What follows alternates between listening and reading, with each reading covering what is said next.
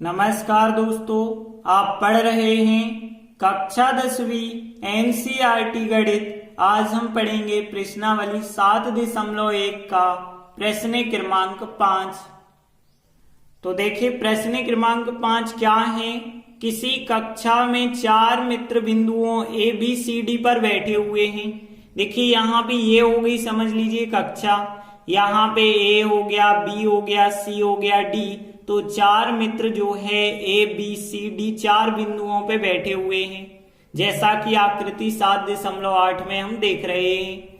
अब आगे देखिए, चंपा और चमेली कक्षा के अंदर आती हैं। ये रही कक्षा, इसके अंदर आई और फिर क्या होता है, कुछ मिनट देखने के बाद चंपा चमेली से पूछती है, क्या तुम नहीं सोचती हो कि ए बी सी डी जो आकृति बन रही है वो एक वर्ग बन रही है।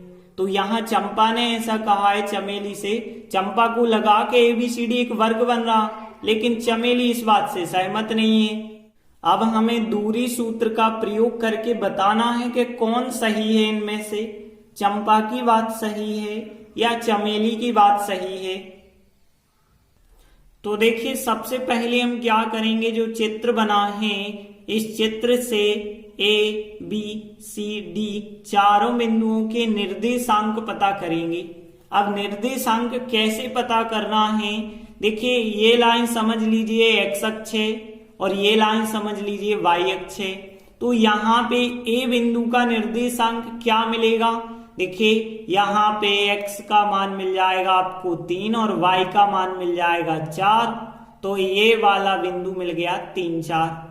फिर यदि हम बात करें b की, तो b में देखिए x का मान 6 मिला और y का मान 7 मिला, तो b बिंदु का मान 6, 7 हो जाएगा।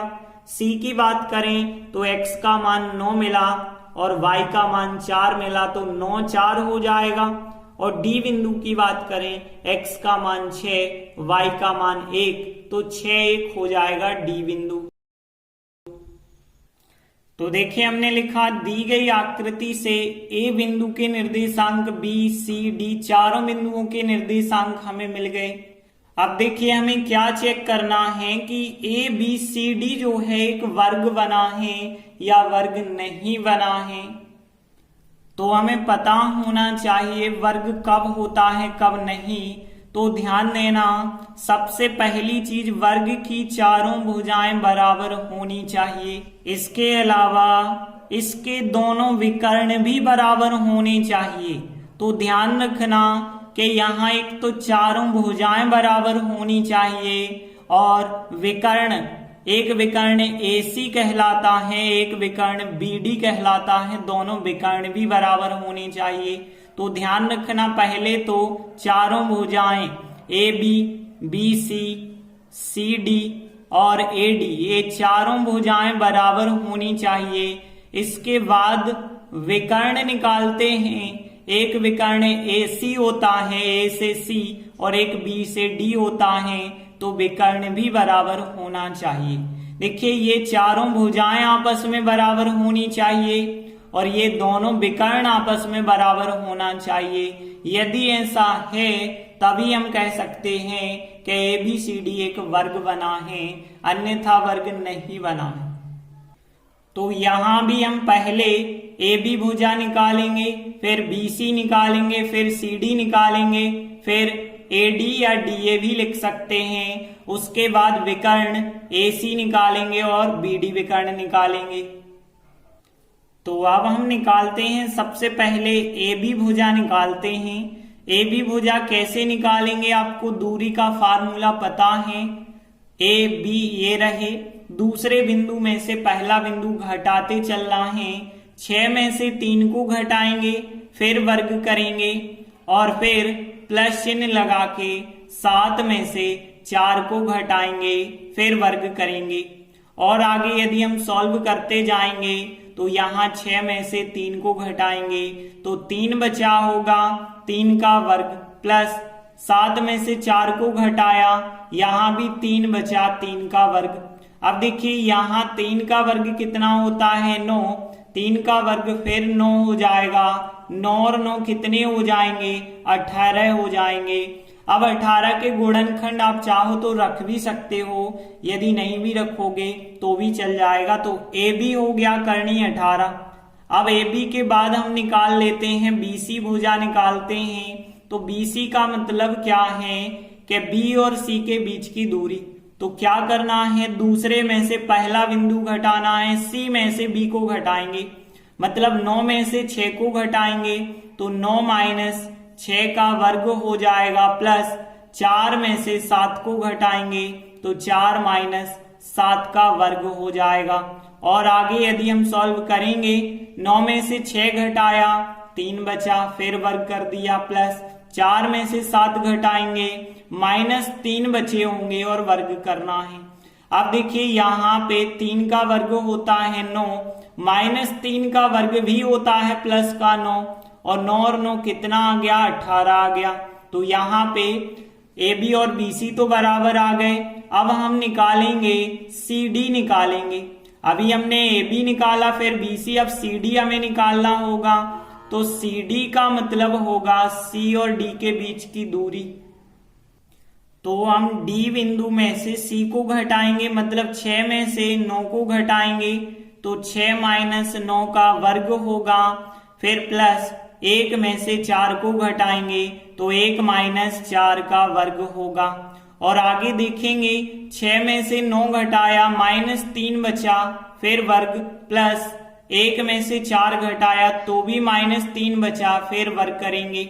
और आगे देखिए माइनस 3 का वर्ग प्लस का 9, फिर माइनस 3 का वर्ग प्लस 9, 9 और 9 कितने हो गए, कर्णीय 18, फिर आ गए। तो A B, B C, C D. अब हमें ए डी निकालना है, ए और डी के बीच की दूरी निकालना है। तो हम डी में से ए को घटाएंगे, मतलब 6 में से 3 को घटाना और 1 में से 4 को घटाना। तो यहाँ 6 माइनस 3 का वर्ग करेंगे, प्लस 1 में से 4 को घटाना है तो 1 माइनस 4 का वर्ग करेंगे। और देखिए 6 में से 3 को घटाएंगे, 3 बचा, फिर वर्ग, और 1 में से 4 को घटाएंगे, माइनस 3 बचा, फिर वर्ग। और 3 का वर्ग यहाँ पे कितना होता है, 9, माइनस 3 का वर्ग भी तो 9 होता है। 9 और 9 कितना हो गया, 18 हो गया। तो देखिए चारों भुजाएं तो बराबर आ गई हैं, लेकिन अब हमें विकर्ण भी निकालना होगा। तो विकर्ण कौन कौन से होते हैं, एक तो AC विकर्ण होता है और एक तो BD विकर्ण होता है। तो अब हम विकर्ण निकालेंगे और पहले विकर्ण निकालते हैं AC। तो AC का मतलब होगा A और C के बीच की दूरी, A और C में से A वाला बिंदु घटाइए तो 9 में से 3 को घटाएंगे और 4 में से 4 को घटाएंगे तो यहाँ 9 माइनस 3 का वर्ग करेंगे, प्लस 4 माइनस 4 का वर्ग करेंगे। और आगे देखिए सॉल्व करते चले, यदि तो 9 में से 3 घटाया 6 का वर्ग करना है, प्लस 4 में से 4 घटाएंगे तो 0 आएगा, 0 का वर्ग करेंगे। अब 0 का वर्ग तो 0 ही होता है, केवल 6 का वर्ग कर दें तो 6 का वर्ग कितना हो जाता है, 36। 36 का वर्गमूल चाहें तो आप लिख सकते हैं, क्योंकि हमें पता है 36 का 6 होता है। तो AC विकर्ण तो हमने निकाल लिया। अब हम दूसरा विकर्ण निकालेंगे। तो दूसरा विकर्ण कौन सा होता है, पहला AC, दूसरा BD होता है। तो अब हम BD विकर्ण निकालेंगे, मतलब B और D के बीच की दूरी निकालेंगे। तो यहाँ पे B और D 6 में से 6 को घटाएंगे, फिर वर्ग, 1 में से 7 को घटाएंगे, फिर वर्ग, 6 में से 6 को घटाना है, फिर वर्ग, और 1 में से 7 को घटाना है, फिर वर्ग करना है। और यदि सॉल्व करेंगे 6 में से 6 घटाया 0, 0 का वर्ग, प्लस 1 में से 7 घटाया माइनस 6 का वर्ग करेंगे। अब 0 का वर्ग तो 0 होगा, माइनस 6 का वर्ग 36 हो जाएगा और 36 का वर्गमूल 6 आ जाएगा। अब आप देख सकते हैं कि विकर्ण भी बराबर आ गए, चारों भुजाएं भी बराबर आई और विकर्ण भी बराबर आ गए।